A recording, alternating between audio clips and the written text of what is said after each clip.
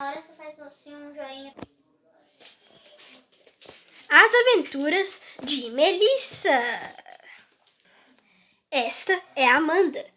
Ela vive várias aventuras com seus amigos. Finge que... Quando Melissa era bem pequena... Filha, olha o que eu comprei pra você. Sensação. Quando ela cresceu... E foi. Melissa gostava muito de seu grande amigo. Mas um dia aconteceu algo inesperado.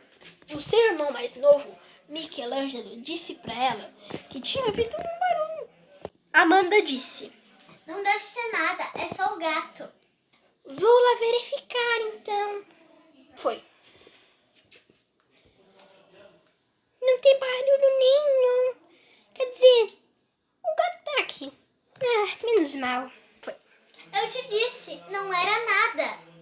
É verdade, vou aprender a confiar em você. Prometo, Amanda. Quer dizer, Amanda não. Melissa, eu tenho falta de memória. Eu esqueço o nome. Mas ainda bem que deu tudo certo. Realmente era o gato. Filha, é hora de dormir. Tá bom, papai, mas me devolve o Sansão. Tá bom, filha. Aqui. É, papai, então vou dormir.